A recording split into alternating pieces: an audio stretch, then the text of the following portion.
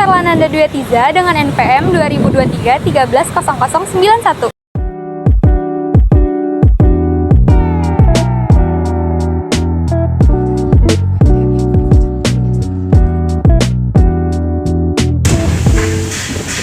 Kami dari kelompok 3. Di sini kami akan melakukan wawancara yaitu dengan dua responden. Yang pertama yaitu responden dengan bidang makanan, yang kedua responden dengan bidang furniture. Jadi tungguin guys.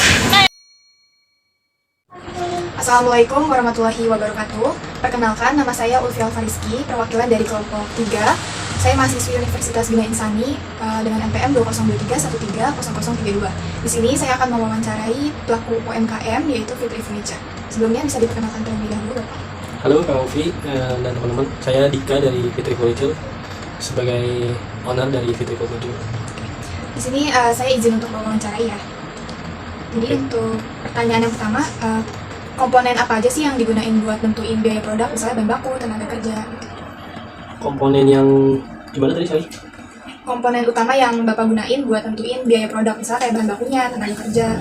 Oh, ya untuk komponen utamanya ya seperti material kayak multiplex, terus lem ibon itu yang jadi bahan baku utama tuh, terus screw. Kalau misalnya di luar itu ada alat-alat seperti mesin potong, bor. Nah itu di luar biaya produksi biasanya kalau alat-alat. Cuman yang jadi pokok untuk perhitungan bahan baku terjadinya suatu produk itu biasanya material, bayar tukang, sama operasional. 3 itu yang jadi pokok. Yang jadi komponen utama ya? Ya. Oke, untuk pertanyaan yang kedua, tadi kan udah disebutin bahan baku yang digunain. Ya. Untuk cara ngitung total biaya bahan bakunya buat digunain dalam pembuatan produk itu seperti apa sih, Pak? Total HPP. Iya. Jadi kalau total HPP itu kita kita penentuan harga itu kita hitungnya per meter. Misalnya ada customer ingin bikin custom lemari nih. Nah, kita hitungnya per meter misalnya 1.850.000. Nah, kita nyari RAB-nya. Jadi dalam misalnya kita membuat lemari ukuran 1 meter kali 1 meter contohnya. Nah, 1 meter kali 1 meter itu membutuhkan bahan material berapa lembar triplek. Nah, 1 lembar triplek itu misalnya kita dengan harga Rp220.000, terus membutuhkan lemnya berapa kaleng. Kalau misalnya 1 kaleng 75.000, terus screw ya kan, ditambah biaya operasional dan biaya tukang, itu kita kumpulin terus kita breakdown, baru ketemu untuk HPP-nya itu. Kalau untuk persentasenya sendiri biasa berapa, Pak? Kalau keuntungan sama si bahan bakunya itu? Jadi dari HPP itu atau harga pokok produksi itu kita ambil margin sekitar 30-40%. Sebenarnya sih itu fleksibel aja sih, tergantung dia pengambilannya. Kalau strata pengambilan semakin besar, kita bisa kasih harga yang lebih ekonomis, karena kan pengambilannya skala besar. Karena kalau pengambilan skala besar, jadi di bengkel atau di produksi kita tuh nggak ada bahan yang terbuang sia-sia, jadi kepake semua gitu. Karena kita kalau untuk bikin suatu produk itu kan walaupun besar kecil tetap aja kita harus beli bahan itu 1 lembar gitu. Oke, untuk pertanyaan selanjutnya, apakah Bapak itu membeli bahan baku dari satu pemasok aja atau dari beberapa pemasok, dan hal itu bisa mempengaruhi harga produk nggak sih, Pak? Untuk supplier atau vendor kita pakai beberapa. Nah itu sih untuk backup juga, kalau misalnya satu supplier itu kendala dalam pengiriman atau ada kekosongan barang, kita ada backup untuk stok material gitu. Dan untuk itu berpengaruh atau enggak, sangat berpengaruh, karena di beberapa supplier juga ada yang menawarkan harga yang kompetitif gitu. Jadi sangat berpengaruh di harga. Pertanyaan selanjutnya, bagaimana Bapak menentukan biaya tenaga kerja untuk setiap produk yang dihasilkan? Kalau untuk biaya kerja kita ada dua sistem pembayaran. Jadi ada yang sistem harian, tukang dibayar harian, ada yang dibayar borongan atau per proyek. Jadi satu proyek kita hitung borongan. Satu proyek nih mengerjakan misalnya 5 lemari, biayanya berapa untuk 5 lemari, langsung kita tanya. Kalau jadi mereka terserah mau dikerjakan 3 hari, mau 5 hari, mau 10 hari, yang penting kita bayar borongan nih 5 lemari misalnya 500.000, udah kita bayar 500.000. Nah kalau untuk satu lagi sistem pembayaran harian itu ya kita udah ada pakemnya sendiri sih. Kalau tukang itu dibayarnya kalau untuk tukang itu 200, Kalau untuk tenaga asisten tukang atau kenek tuh dibayar 150. Nah, kita bisa estimasi nih untuk pekerjaan ini kita sebagai pengusaha tuh bisa estimasi harus pakai tenaga kerja borongan atau harian. Karena misalnya, oh ternyata pekerjaan ini sebenarnya mudah. Kalau nggak terlalu apa namanya rumit pekerjaannya, kita pakai tenaga borongan. Karena kalau pekerjaan yang nggak rumit tapi dipakai bayar harian, kadang jadi lama pekerjaannya. Jadi kayak mungkin beberapa ada tukang yang santai orang apa namanya pekerjaannya mudah, tapi jadi pembayarannya jadi membengkak kalau pakai tenaga harian gitu. Jadi pemilihan tukangnya itu tergantung sama kebutuhan. Ya, tergantung kebutuhan dan tingkat kesulitan gitu. Oke, pertanyaan selanjutnya, gimana sih Bapak mempertimbangkan biaya pengiriman atau distribusi dalam harga produk barang Bapak? Kalau untuk biaya pengiriman itu sebetulnya sudah include dengan penawaran. Jadi ketika kita membuat suatu penawaran, karena kita sudah up di 30-40%, nah di 30-40% itu kan cukup lumayan tuh. Makanya kita masukin di situ untuk biaya ongkos kirim dan sekaligus mobilitas tukang atau mobilitas alat-alat dan tukang itu termasuk dalam 40% itu. Gitu. Selanjutnya, ketika ada kenaikan harga bahan baku, cara Bapak buat nanganin hal itu gimana sih? Dan apakah harga jual Bapak itu jadi menyesuaikan harga yang udah naik itu di pasaran? Oh, untuk harga sih karena semakin banyak kompetitor juga, jadi untuk harga kita nggak bisa langsung tiba-tiba dalam beberapa bulan atau beberapa tahun ini langsung naik. Mungkin dalam jangka waktu beberapa tahun atau 1 tahun atau belum bisa kita naikin harga. Jadi kita lihat kondisi pasar dulu, paling bisa mungkin mengurangi margin. Jadi biasanya kita mungkin ngambil margin 40%, kita jadi ngurangi margin jadi 35% atau 30% gitu. Selanjutnya, bagaimana cara Bapak untuk mastiin harga produk Bapak itu bisa kompetitif di pasaran?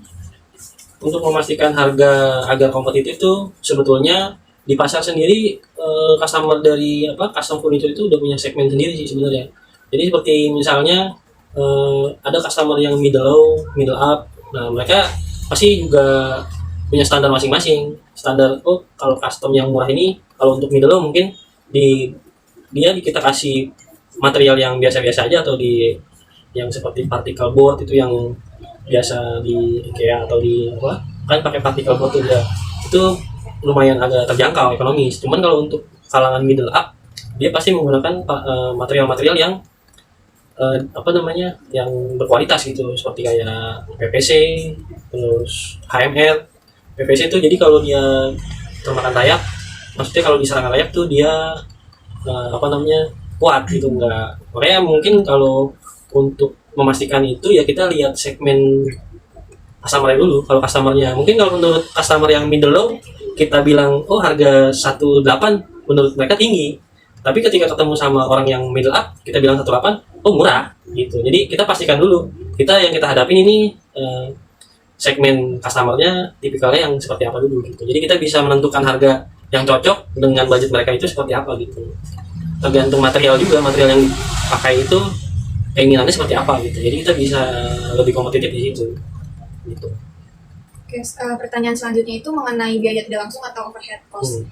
Untuk pertanyaan yang pertama, apa aja jenis biaya yang terjadi dalam usaha Bapak? Misalnya biaya tidak langsung itu kayak listrik, sewa tempat, perawatan, dan lain-lain, yang tidak termasuk biaya produksi. Untuk biaya tidak langsung sendiri, karena mungkin dalam bisnis ini kita nggak bisa memastikan sebulan ini omset berapa, karena kan di bidang ini kompetitor juga banyak ya. Makanya kita maksudnya dengan bidang jasa ini kita mengambil margin tuh 30-40, bahkan mungkin kalau tingkat kesulitannya tinggi atau jauh lokasi pengerjaannya, bahkan kita bisa lebih up lagi tuh di atas 50% gitu. Jadi setiap pekerjaan yang kita dapat itu kita sisihkan tuh 5%, mungkin bisa sampai 10% untuk biaya tidak di luar biaya di luar produksi gitu. Jadi tiap bulan kita pasti ada, tiap proyek mungkin kita sisihkan 5% minimal, itu harus kita sisihkan untuk pembayaran bulanan atau mungkin di tahunan, sewa tempat, bayar listrik gitu kan, atau bayar iuran lingkungan, RT RW gitu kan, seperti itu. Berarti untuk marginnya itu dia sifatnya fleksibel. Fleksibel. Kita kalau misalnya kita punya margin 40, 10%-nya itu yang bisa kita gunakan untuk itu. Human error atau apa biaya tak terduga itu 5%, 5%-nya lagi untuk biaya apa? Tidak langsung itu gitu. Jadi kita masih saving di 30% sampai 20% tuh amannya di situ gitu. Oke, selanjutnya bagaimana cara Bapak untuk mengalokasikan biaya tersebut ke dalam biaya produk? Mengalokasikan Biaya biaya tidak langsungnya ke biaya produksinya. ya seperti yang saya bilang tadi. Jadi kita setiap ada penghitungan RAB atau penawaran itu kita langsung up 30 sampai 40% gitu. Ya margin bersihnya 20% mungkin. 20%-nya lagi itu untuk yang tidak terduga gitu, seperti apa namanya human error, terus mungkin namanya kerja di lapangan kan kita nggak ada yang tahu nih, hujan akhirnya apa namanya pekerjaannya mundur. Karena pekerjaan mundur kan biaya harian juga jadi bertambah kan, makanya fungsinya dari backup atau kita up 40%, 30 sampai 40% itu fungsinya untuk itu gitu.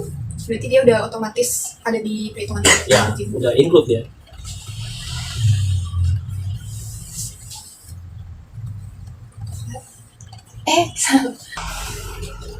Oke, pertanyaan selanjutnya. Apakah terdapat biaya administrasi seperti pencatatan dan lain-lain? Dan bagaimana cara menghitung dan membagi biaya administrasi tersebut atau manajemen ke dalam biaya produksi Bapak? Untuk biaya administrasi mungkin tergantung kebutuhan juga sih. Kalau seandainya customer-nya minta hanya dibikinkan RAB, kita kenakan biaya. Jadi permintaannya jasa pembuatan RAB atau rencana anggaran belanja suatu proyek. Nah, kita bisa menyediakan jasa itu, kita kenakan cas.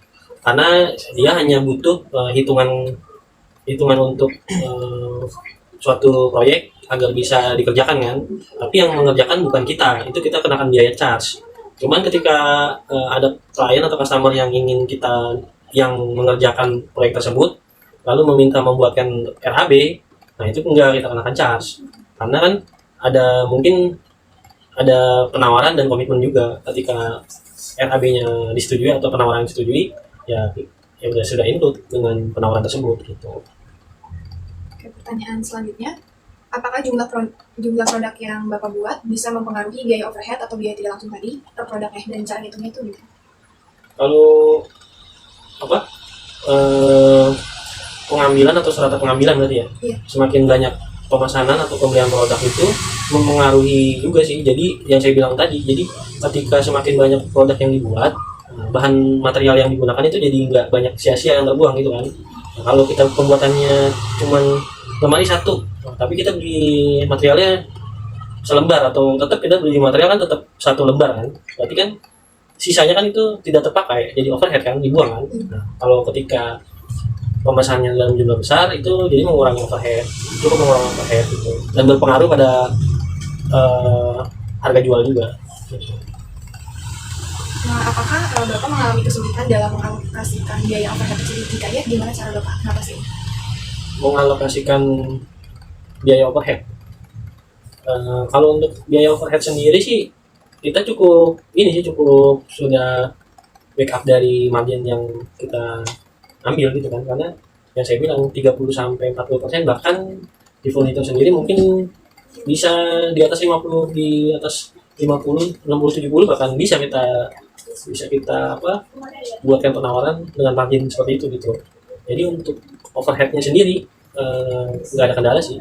Jadi kita memang harus juga punya jam terbang dan pengalaman ketika kita melihat suatu proyek nih, kayak seperti ini kayaknya banyak biaya-biaya overhead seperti ormas mungkin ya, yang di luar itu kan kadang menurut kita dengan biaya budget project ini cuma menghabiskan dana 5 juta, tapi ketika kita ketika kita kerjakan, atau misalnya seperti pembuatan billboard atau neon box, ketika kita pasang nggak ada masalah nih, cuman pas sudah mau dipasang ada beberapa ya dari lingkungan mungkin kayak ormas yang ya kadang-kadang kan ada uang administrasi lah bahasanya kan, kalau dari mereka kan seperti itu udah kita alokasikan pasti, karena dari pengalaman yang sudah sebelumnya kita udah berpengalaman, ini harus ada uang lingkungannya nih, jadi kita masukkan di dalam RAB gitu, biaya lingkungan, atau dikasih note di dalam penawaran biaya lingkungan ormas tidak termasuk dalam RAB gitu. Jadi ketika ada biaya-biaya di luar itu atau pekerjaan tambahan di luar RAB itu tidak termasuk gitu. Jadi masuknya ke anggaran customer yang nanggung gitu. Selanjutnya, ada nggak langkah-langkah yang Bapak ambil buat ngurangin si biaya overhead itu? Ya salah satunya itu kita harus bisa baca situasi dulu untuk mengambil suatu proyek atau apa, membuat suatu RAB supaya tidak betul-betul harus geli gitu buat RAB. Kita lihat dulu kayak sebenarnya di lingkungan ini ada budget lingkungan nih. Nah, antara kita yang mau masukin di dalam input di dalam RAB atau kita kasih notis tuh di bawah di penawaran itu biaya lingkungan tidak termasuk di dalam RAB. Nah, jadi kemungkinan untuk overhead itu sudah kita antisipasi dulu sebelumnya gitu. Kurang lebih gitu. Oke Bapak, jadi pertanyaannya sudah selesai saya sampaikan. Sebelumnya terima kasih sudah meluangkan waktu untuk diwawancarai. Sama-sama. Saya akhiri. Wassalamualaikum warahmatullahi wabarakatuh. Waalaikumsalam warahmatullahi. Kayak apa aja sih komponen utama yang ibu gunakan untuk menentukan biaya produksi ibu untuk usaha kantin ini? Kalau aku kan karena aku jual nasi ayam, katsu, sama ayam, pasti kan nggak punya ayam nih.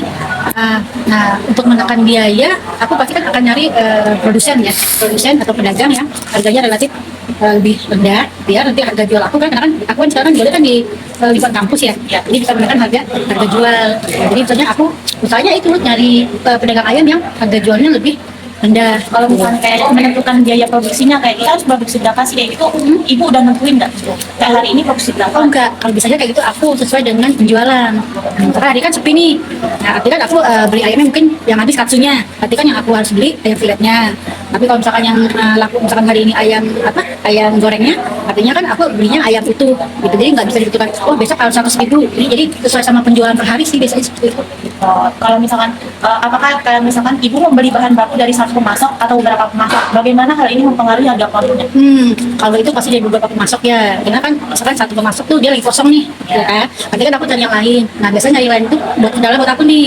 Nah, tempat lain itu biasanya kan harga lebih mahal. Sementara aku tidak bisa di sini dinaikkan kan. Artinya kan itu misalnya kan artinya kan income aku atau laba aku kan lebih dikit ya. Sementara aku kan nggak mungkin di sini aku ke tempat pedagang yang lain, harga naik, terus aku ikutan di sini jadi ikutan kayak latah, aku bonekin deh, gitu kan nggak mungkin kan. Jadi itu kendala juga sih, gitu kan.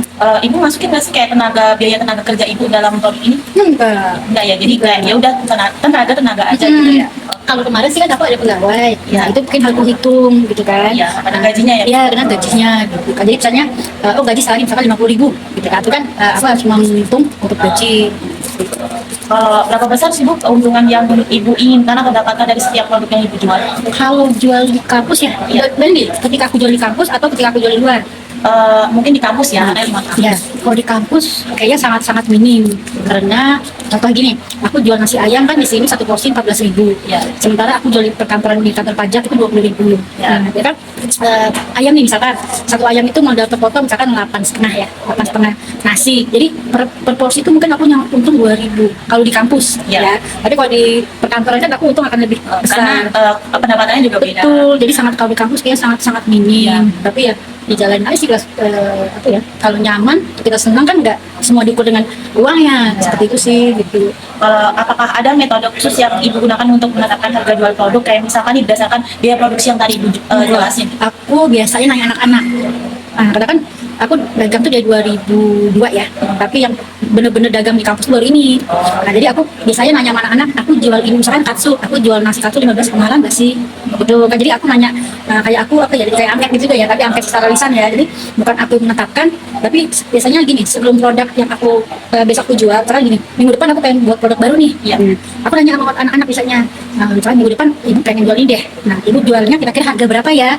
Nah, jadi sampai ada mahasiswa ngomong gini, kayak baru pertama deh pedagang nanya harga ke customer. Pembelinya. Nah, jadi akunya gini, aku tidak rugi, tapi aku juga tidak memberatkan anak-anak lah. Ya. Nah, seperti itu. Jadi aku lebih menanyakan sih kalau untuk harga. Jadi bukan aku yang menentukan. Tapi ibu pernah nggak sih kayak produk ibu ini dijual di kayak GoFood, GrabFood kayak gitu? Kalau aku biasanya pesanan dari luar. Oh, udah PO dari luar gitu ya? Misalkan kayak mereka ada pihak Wika tuh yang pesen gitu kan. Jadi pihak Wika pesen kirim sih. Tapi kalau misalkan pesanan itu kan pasti ada pengirimannya. Pengirimannya itu ibu kenain charge biaya nggak sih? Enggak kok kayak gitu. Enggak. Biasanya gitu kan kalau enggak mereka yang ambil ke sini karena kan lumayan banyak ya porsinya, lumayan banyak sekitar 60 porsi pagi siang sore tuh. Jadi mereka yang ambil, atau ketika bapak lagi nggak ada kelas, aku bapak yang ada. Jadi dari Ya itu kita dibantu ya keluarganya. betul. Kalau misalkan harga naik nih Bu, bagaimana sih Ibu bakal menyesuaikan harga tersebut sesuai dengan produk Ibu atau tetap dengan harga produk tersebut? Kalau tidak terlalu tinggi kenaikannya, biasanya sih aku lebih menekan harga aku ya, daripada aku mengorbankan anak-anak nih. Karena kan bangsa pas aku sama anak-anak sih ya beda kan Iya. ya. Tapi kalau misalkan kayak kemarin tuh, naik itu kan signifikan nih. Aku waktu itu menaikkan satu ekor ayam tuh 5.000 per ekor gitu kan. Akhirnya besoknya aku bilang anak-anak, mohon maaf ya, aku naikin 1.000 gitu kan. Sehingga kalian naiknya 5.000 per ekor. Tapi kalau naikin cuma 1.000 atau 900, aku biasanya tetap nah seperti itu. Ini kan Ibu juga nggak jualan sendiri kayak ada ini yang Ayam geprek. geprek, ya. Gimana sih Bu, Ibu memastikan harga produk Ibu biar bisa kompetitif di lingkungan ini?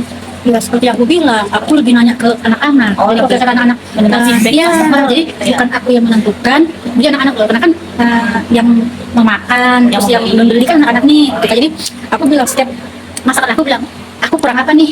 Gitu kan, baik anak-anak ataupun orang atas. Pasti aku nanya gini, kalau ada komplainan tentang rasa, harga, tolong bilang ya. Jadi akan aku benahi dan itu akan aku bilang ke anak-anak atau ke orang atas yang pesan. Gitu. Kalau ini kan Ibu kan jualannya di kampus. Kampus. Nah, apa aja sih Bu biaya overhead yang mungkin kayak listrik, sewa kantin gitu ada nggak sih Bu? Kalau itu enggak sih, paling bantu kalau sejauh ini aku yang alami itu ayam. Kalau itu enggak, karena ayam itu ketika dia pasokannya lagi emang enggak ada, kan ini kan ayam untuk ayam goreng ini kan ayam khusus ya, ayam hanya dipotong 4 ya. Kalau misalkan ayam yang ukuran 1 kilo ke atas yang satu dipotong 12 itu mungkin banyak. Ya. Tapi kalau untuk satu potong ayam itu enggak semua tukang ayam ada. Jadi ketika yang pemasok aku nggak ada, otomatis kan aku tempat lain nih.